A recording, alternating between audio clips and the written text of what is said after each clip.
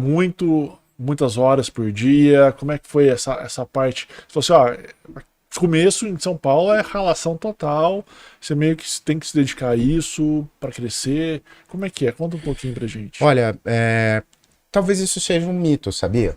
É difícil encontrar bons profissionais em qualquer lugar.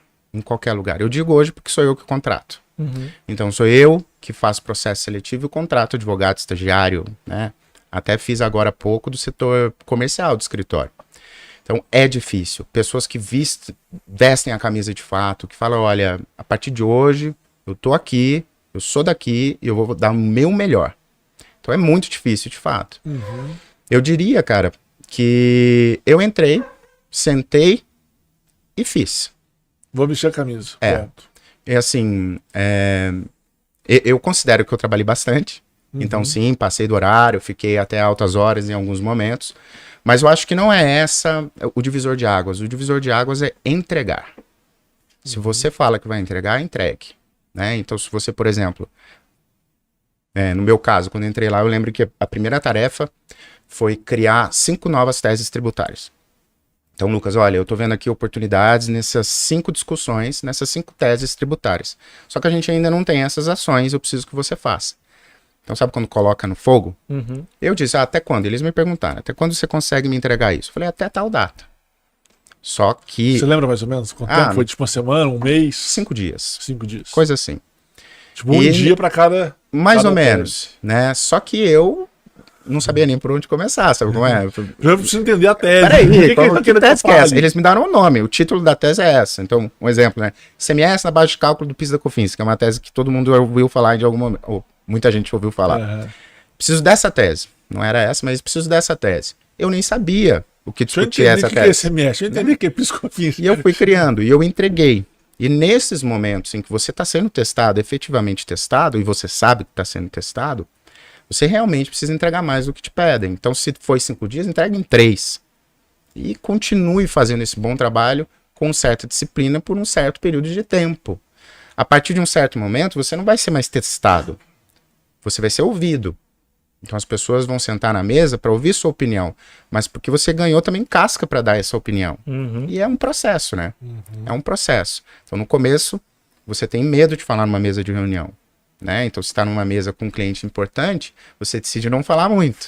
Mas com o tempo, você vê que você precisa falar, que você tem o que falar, que você tem informações, que você tem a saída para aquele cliente. Então, é um processo. Eu acho que o processo de sociedade é esse também. É um processo de experiência que você vai ganhando, mas também é um processo subjetivo entre as pessoas envolvidas, porque você não quer ser sócio de qualquer pessoa. Né? Não. Sociedade, a gente costuma dizer que é quase um matrimônio. Você vai ser sócio de quem você não confia, de quem não te entrega, de quem não faz, de quem tem preguiça. Sociedade é assim. Momentos bons. Então, por exemplo, quero ir pra praia numa sexta-feira, eu vou sair mais cedo para não pegar trânsito. Eu tenho essa margem.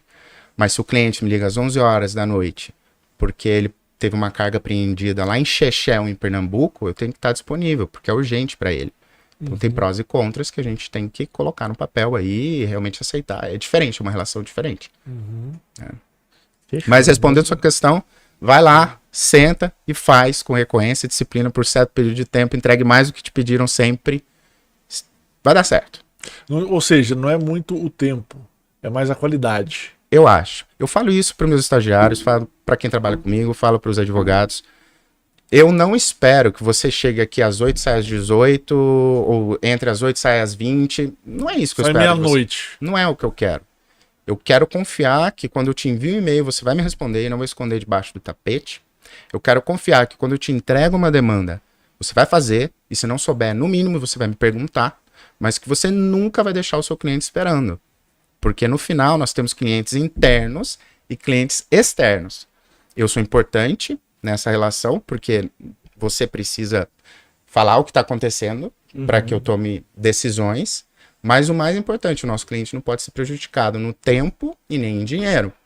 Então eu preciso confiar em você. Então não estou preocupado se você vai entrar às 8, vai sair meia-noite, você é um workaholic, não é isso. Eu preciso confiar em você e você precisa entregar aquilo que Às você vezes nem é propôs. bom, né? Porque às vezes a pessoa começa a não dar conta, começa a espanar ou se A estressar quantidade demais. de tempo de trabalho não é qualidade. Concordo 100%. Não tem essa E você- correlação. E você sempre observa isso no começo. Eu não sei se você... Eu tenho o costume de quando entra alguém novo, eu tenho uma semana em que eu gosto de colocar um pouquinho mais Expressão. de pressão. Porque é isso que eu quero sentir. Tipo, até onde eu posso confiar nessa pessoa, né? Então, a primeira semana eu acho que é de fato uma semana importante, porque eu não quero tomar uma decisão daqui 5 meses. Eu preciso de uma equipe boa junto comigo, porque senão eu não consigo trabalhar. E aí você comentou que a mão de obra, né, tá muito difícil. Isso acontece muito? Você fala assim, olha, essa semana eu vou testar essa pessoa um pouco mais e normalmente não dá conta. Tem Ou passa gente um que nem mês volta. e Tem gente que nem volta. segundo dia já até aparece. Muito maluco isso, mas isso acontece sim. Aliás, há muito pouco tempo a gente colocou uma pessoa para o comercial, o setor comercial do escritório. Essa pessoa ficou uma semana, não entregou nada, aí numa sexta-feira falou que tinha passado mal, tudo bem, na segunda-feira falou que não vinha mais. E, de fato, gente, olha, eu tô falando assim, Francamente. francamente, não foi excesso de trabalho. Não foi mesmo. Foi assim, chega aqui, senta, se ambiente. Eu tenho algumas coisas que eu gostaria de fazer durante a semana. Então, por exemplo, a apresentação aqui do nosso diagnóstico, que é uma apresentação de negócio. Então, você me traz um problema, eu faço uma apresentação do diagnóstico que eu entendo pro seu problema. Então, vamos mexer nessa apresentação. Eu gostaria que você visse essa parte no nosso script, como que funciona o nosso funil. E ela colocando para frente, até quando falou que não vinha mais. E isso acontece muito. Menos um pouco, eu diria, na parte operacional. Então, advogados e estagiários, quando a gente faz um processo seletivo bacana, eles costumam ficar um pouco mais. Mas quando se mexe um pouquinho ali, por exemplo, o analista, o assessor, ou então o cara do comercial, se a empresa ali do lado falar assim, olha, quanto estão te pagando? X. Eu te dou X mais 200. Tchau. Ou então, qual que é o seu fee de sucesso? X%. Eu te dou 0,5% a mais. Tchau. Então, esse nível de compromisso, né, de identidade, de olho no olho, de eu vim aqui, eu te dei, né, eu falei que ficaria aqui, eu te prometi algumas coisas, eu vou fazer. Isso tá difícil de achar, eu diria. É bem difícil, aliás. Ainda mais com esse negócio depois da pandemia, as pessoas estão acostumadas a trabalhar de casa. Então, você fala que, pô, você precisa vir para cá, a gente trabalha no presencial. Acredito que alguns setores funcionem muito bem no telepresencial. Na advocacia eu não acredito, ainda mais na advocacia estratégica, né? Aquela que mexe com clientes que esperam um nível de eficácia, de eficiência e pagam bem por isso. Então, não funciona muito telepresencial porque algumas coisas você precisa olhar para trás e falar assim, ó, amigo, você fez aquela demanda, eu preciso disso para agora, preciso daqui 5 minutos, o cliente me ligou, ou então discutir algum caso complexo com alguém, não funciona muito no É telepresencial. mais travado, você acha? Eu acho. Eu acho que assim, por exemplo, contabilidade. Atividades rotineiras, específicas, que basicamente muitas delas não mudam. Então você precisa entregar a declaração X, você precisa entregar a obrigação Y. Dá para fazer de casa. Se você tiver um bom programa organizador, a tarefa vai aparecer para você no dia que você tem que fazer, você não pode desligar seu computador até acabar. Entregou, acabou, tchau. São as suas tarefas do dia. Funciona bem no telepresencial, não funciona? Agora, demandas complexas, consultivas, não. Porque, por exemplo, peço para o advogado fazer uma consulta ou fazer uma pesquisa de jurisprudência sobre um caso relevante. Eu entrego essa consulta e ela não entendeu bem. E ela me entrega no final do dia, que era o prazo dela, o deadline, algo totalmente fora da casinha. Mas por que ela não me entregou antes? Por que ela me entregou errado? Porque ela não me perguntou, porque ela não tinha celeridade, porque ela tinha que me chamar no WhatsApp, porque ela tinha que fazer... Não, cara. E às vezes nem toda hora dá tempo de responder o exato, WhatsApp. é só ir até a minha mesa e falar, Lucas, eu não entendi bem, eu tô nessa linha, tá certo isso. Eu gastei 5 minutos e ganhei a eficácia do trabalho dela no final do dia, né? Sim. Então, acho que... Eu acredito, é só uma opinião, que para escritórios como o nosso não funciona telepresencial, talvez outros funcionem, né? Mas pro nosso não funcionou, a gente tentou, viu? Por 40 dias. Durante a pandemia, a gente ficou 40 dias fechado em casa e os sócios decidiram, cara, vamos ficar fechado, não podemos abrir para cliente, era uma regra, mas vamos ficar dentro do escritório porque a gente precisa organizar essa casa, aquela bagunça, cliente pedindo redução, renegociação. Vocês enfrentaram, vocês passaram por isso. Ainda mais, imagina, no meio da pandemia, né? Cheio dos... Fechou o negócio, abriu outro, volta pra cá, traz isso. Eu quero aquele crédito que eu tinha, tudo. Meu amigo, a gente recebeu, acho que de 60% dos clientes pedidos de readequação. E a gente trabalha, a gente costuma falar que a gente adora serviços esporádicos, que são os melhores pagadores mesmo. Então você chega com um projeto aqui de planejamento tributário, planejamento sucessório, normalmente são valores bons de honorários, né? Só que é um serviço. Eu quero ganhar esse seu serviço, eu quero muito. Mas eu tô mais preocupado que você sempre pense em mim quando pensar em um advogado tributário / empresarial. Quando tiver uma dúvida, é você. Quando tiver algum problema, é você. E aí, a gente acabou construindo com esse princípio carteiras de clientes que nos pagam mensalmente. E em troca disso, eles ganham nossa assessoria para qualquer evento, para qualquer situação, e inclusive na prospecção ativa de oportunidades, né? Poxa, acabei de verificar que surgiu uma tese nova e, amigo, lembrei de você, para o seu setor. Você é um industrial, você está no lucro real, e a gente está mexendo aqui com crédito CMS em tal estado. Vamos entrar com uma ação? Você precisa de um consultivo? Vamos fazer um projeto de revisão fiscal? A gente não fez esse ano. A verdade é que a maioria das empresas não colocam no plano de negócios essa etapa que devia estar recorrentemente colocada, pelo menos uma vez por ano, né? Pô, eu pago os impostos corretamente, estou pagando correto e não estou pagando aquilo que eu não preciso, né? O tal do planejamento fiscal, ele é contínuo. Lucas, e claro que a gente vai sair um pouquinho de São Paulo nesse aspecto que você comentou desse planejamento e tal, com ter um advogado. Para você, claro, saindo um pouquinho da realidade de São Paulo, entrando um pouco só na experiência profissional. MEIs já tem que ter isso, Simples também, pessoas que optam pelo Simples, ou você acha que não, tem quando estiver nesse patamar? Antes disso, principalmente setor de serviços.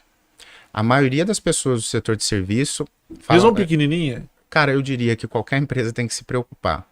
Especialmente aquelas que estão no anexo 3 e no anexo 5 do Simples, que são anexos bem caros, né? Então, às vezes, a empresa, ela cria 1, 2, 3, 4, 5, 10 empresas no Simples, vai colocando no nome do pai, no nome do avô, no nome do fulano, assim, porque acha que está pagando menos imposto. Aí ela faz um planejamento tributário e descobre que no presumido ela pagaria menos. A gente fez um agora, que a economia anual era quase 500 mil. Vixe. Ele estava no Simples, criando empresa atrás de empresa no Simples, e se ele fosse para o presumido, ele economizaria, 497, 498, algo assim, quase 500 mil. É uma boa economia, viu? Dá para reformar a casa. Dá para reformar a casa também, isso é verdade. Pois é. E na prática é isso que o empresário não coloca, né? Porque o plano de negócios, ele deveria incluir, especialmente para prestadores de serviço, tá? Isso é uma ressalva importante.